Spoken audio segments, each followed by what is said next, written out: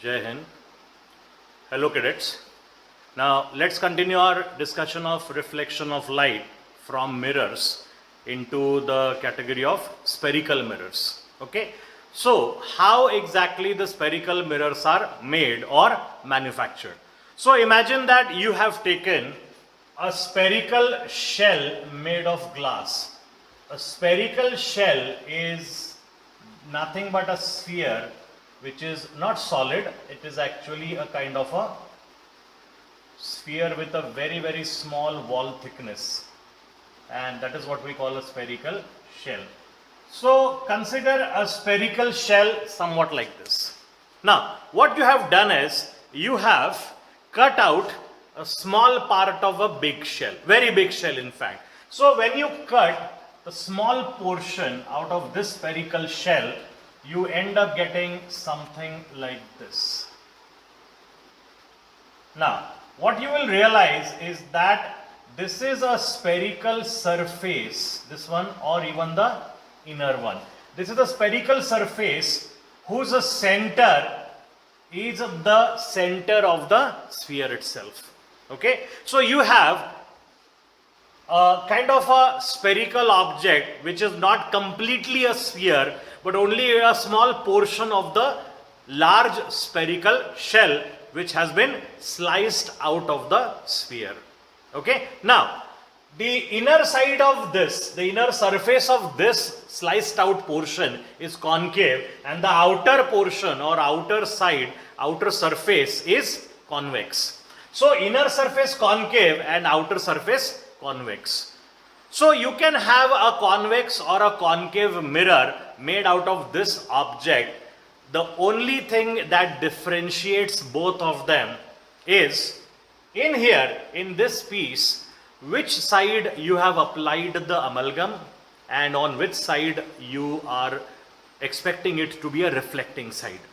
So imagine that you have now this kind of piece which is basically a kind of a blank transparent piece like this. If you apply amalgam on the outer side, the convex side, so it is denoted by these lines, these hatching lines. Okay, so the convex side has become opaque, whereas concave side is now your reflecting side, and therefore what you have is a concave mirror. So what do you do to make a concave mirror? You take a large spherical shell, you slice out a small portion of that, so you have a spherical shape which is not entirely a sphere, and further what you have in there is one side is convex, outer side that is, and inner side is concave. If you apply amalgam to the convex side, then the concave side is the reflecting surface and you have a concave mirror. Whereas if you do exactly reverse, that is, you have the same object but you have silvered. Okay, observe carefully. You have applied the amalgam on the concave side, then the convex surface on this side is a reflecting surface, and what you have is a convex mirror. Okay, that means that fundamentally there is not much of a difference between a convex and a concave mirror. It is just a matter of take a spherical shell, slice out some part of it, and whether or not you will get a concave or a convex mirror entirely depends on which side is going to be opaque, on which side you are going to apply the amalgam. Accordingly, you will have a concave mirror or a convex mirror. So in simple terms, what you can say is that if this spherical mirror, its reflecting surface is the concave surface, then you have a concave mirror, and if its reflecting surface is the convex surface, then you have a convex mirror. Now let us go back to the original spherical shell. Suppose from that you have made a concave mirror somewhat like this. So this is your concave mirror. First, when it was a complete sphere, this point C was the center of that sphere. So in connection with this mirror, this point C therefore would be called as center of curvature. This point would be called as center of curvature.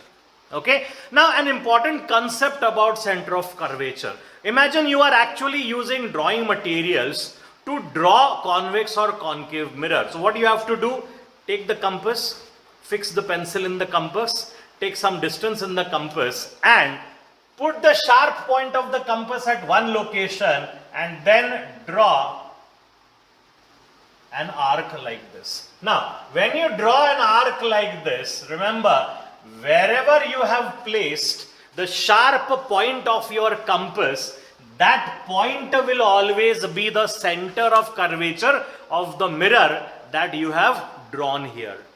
Okay, so when you actually prepare the ray diagram, every ray diagram of maybe concave mirror, maybe convex mirror, every ray diagram will start from this step.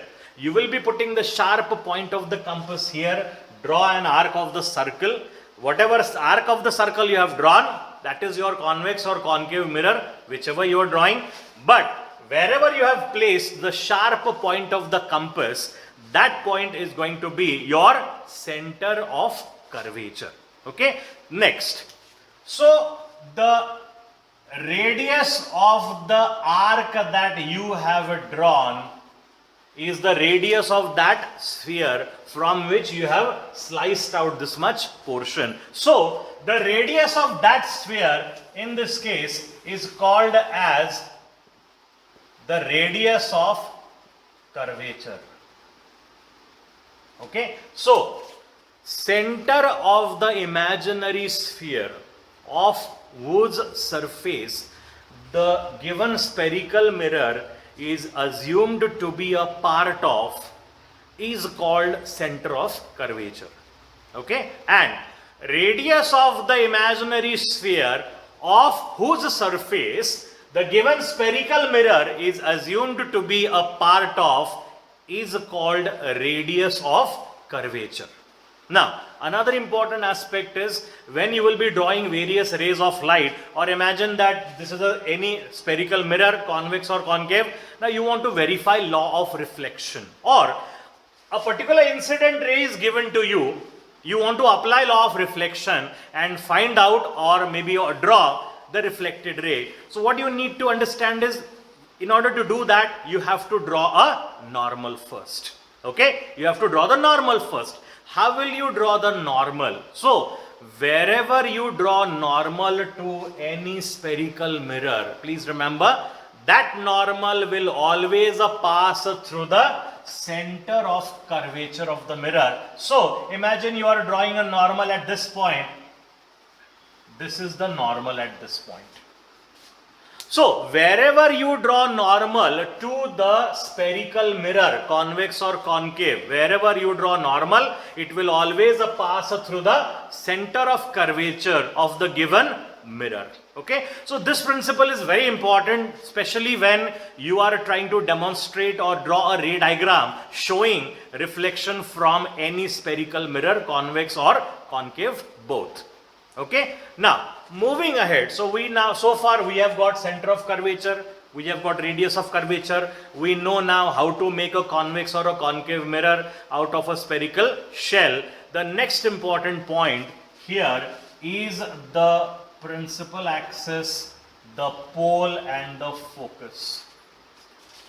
Okay, principal axis, pole and focus, they are also further important points in connection with any spherical mirror, let it be convex or concave. First of all, consider the pole of the mirror. Imagine you have drawn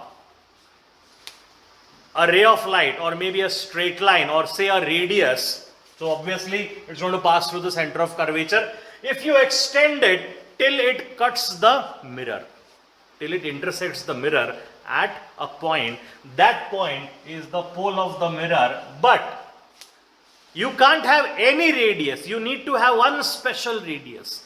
Which is that radius? That radius is symmetrically situated over the surface of the mirror So that point P, the pole, is precisely lying at the center of the mirror. So it cannot be anywhere on the surface. You take the mirror in your hand. Imagine you have a spherical mirror right in the middle, at the midpoint of that, symmetrically located on the mirror, at the midpoint of the surface, not the spherical shell, the surface of the mirror. On that, pole is symmetrically located. Okay. Now, the straight line that joins the center of curvature and the pole is called as the principal axis. So, this line here is the principal axis of this concave mirror. Okay. Last point, the focus, also called as principal focus. Now, consider a situation where number of parallel rays are incident on a concave mirror. We will see focus for both the mirrors, concave as well as convex. Let us start with a concave mirror. Suppose a concave mirror is given to you. This is the principal axis, center of curvature. Let us suppose a number of parallel rays are incident on this mirror. Now, the special thing about these rays, all of them are parallel to the principal axis. So, after a reflection, all of them pass through, or all of them converge at a single point. That point is called as the focus of this mirror. The focus of this mirror. In this case, it is the concave mirror. Now, if you consider the convex mirror, okay, now observe convex mirror. Suppose this is the convex mirror. Remember convex mirror, so the concave side is the opaque or the non-transparent side. So, this here is the pole, this is the principal axis, and remember its center of curvature will lie here. Rays of light parallel to the principal axis are incident on this convex mirror. Now, after reflection, they are all going to travel in different directions, somewhat like this. What is most important for you all to understand here is that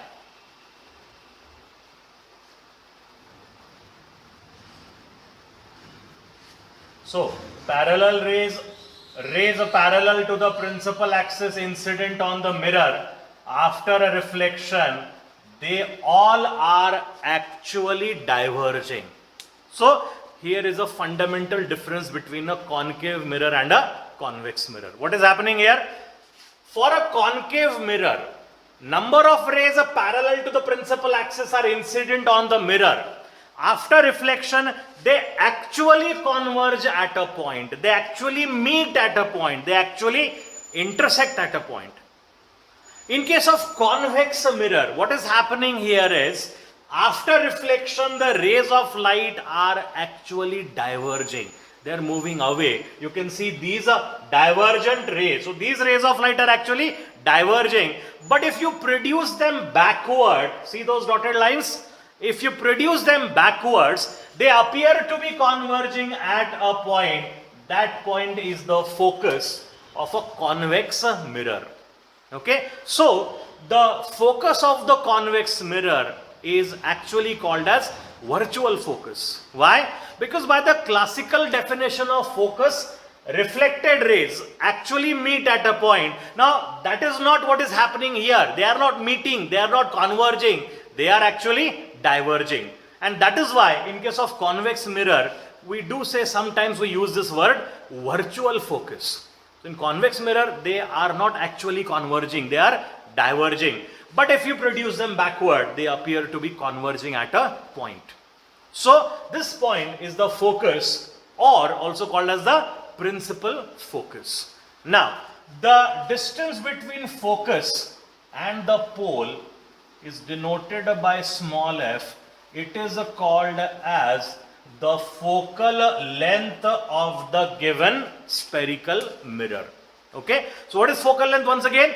Distance between principal focus and the pole of the mirror is called as a focal length. It is denoted by small f. Likewise, if you want to represent radius of curvature in this diagram, it is between center of curvature and the pole. This distance is the radius of curvature. Something similar will be here as well.